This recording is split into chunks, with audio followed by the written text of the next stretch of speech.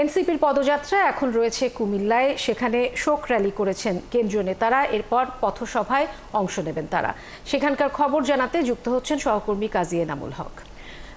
এনামুল, পথসভা কখন শুরু হবে এবং শোক সভা হয়েছে একটি, সেই শোক সভায় কি বলেছেন এনসিপির কেন্দ্রীয় নেতারা, সেখানকার সার্বিক পরিস্থিতি সম্পর্কে জানাবেন। 5:56 সেখানে কুমিল্লার টমসো বিচ এলাকায় থেকে প্রথমে শোক র্যালিটি বের হয় এবং বের হয়ে কুমিল্লার টাউন হল, আমি যেখানে দাঁড়িয়ে আছি কুমিল্লার টাউন হল, ঐতিহাসিক টাউন হল ময়দানে সেই শোক সভাটি অনুষ্ঠিত হয়। 5:56 সার্জিস আলম সেখানে উপস্থাপনার মধ্য দিয়ে তিনি প্রথমে 1 মিনিট নীরবতা পালন করার জন্য সকলকে বলেন এবং পরবর্তী সময় শোক সভার কার্যক্রম শুরু হয়।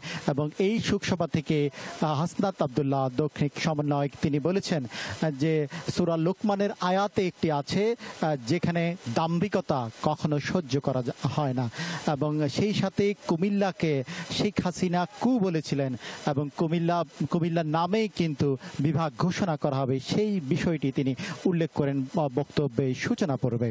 এবং পরক্ষণে তিনি বলেন কুমিল্লার মানুষ বৈষম্যের শিকার এবং কুমিল্লার রাস্তাঘাট, কুমিল্লার উন্নয়ন কিন্তু কুমিল্লার রেমিটেন্স টাকা দিয়ে হয়, সরকারের টাকা দিয়ে হয় না।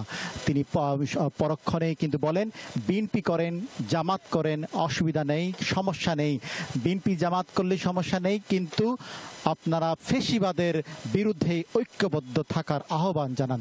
তিনি ফেসিবাদের বিরুদ্ধে ঐক্যবদ্ধ থাকার যে আহ্বানটি তিনি সেটি জোরালোভাবে বলেন এবং কুমিল্লাকে শেখ হাসিনা যে কু বলেছে এবং কুমিল্লার যে কথা নিয়ে যে দাম্ভিকতা দেখিয়েছে, সে দাম্ভিকতার প্রমাণ কুমিল্লার বিপ্লবের কুমিল্লার বাসী সেটি দিয়েছে, সেই বিষয়টি তার বক্তব্যে উঠে আসে।